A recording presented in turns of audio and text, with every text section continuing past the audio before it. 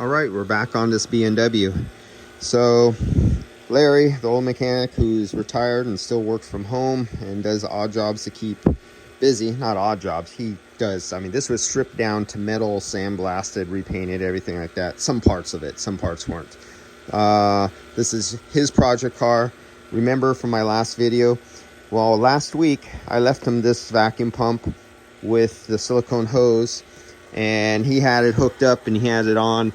He had it on overnight the first night. I couldn't come back the next day. He turned it back on. I couldn't come back. I've been so busy I couldn't come back to his project.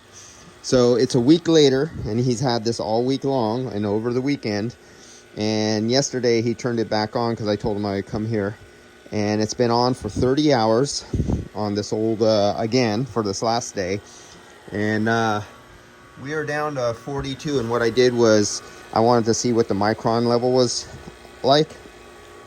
So I brought in my other vacuum pump and I just hooked it up, and I'm only doing vacuum through the low side only. I'm going to charge this by vapor through the low side because I don't have access to the high side. It's buried way the hell down. It's just too difficult to do. So on this particular vehicle, and I already put in the refrigerant oil and I already put in the dye last week. So as you can see, 38 microns. That's what happens when you leave it on a vacuum pump so long. You dry out the system really good and you could get way to hell down there. So this is a really dry system.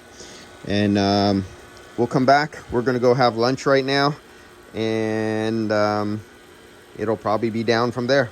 See you when we recharge it using vapor through the low side. All right, see you.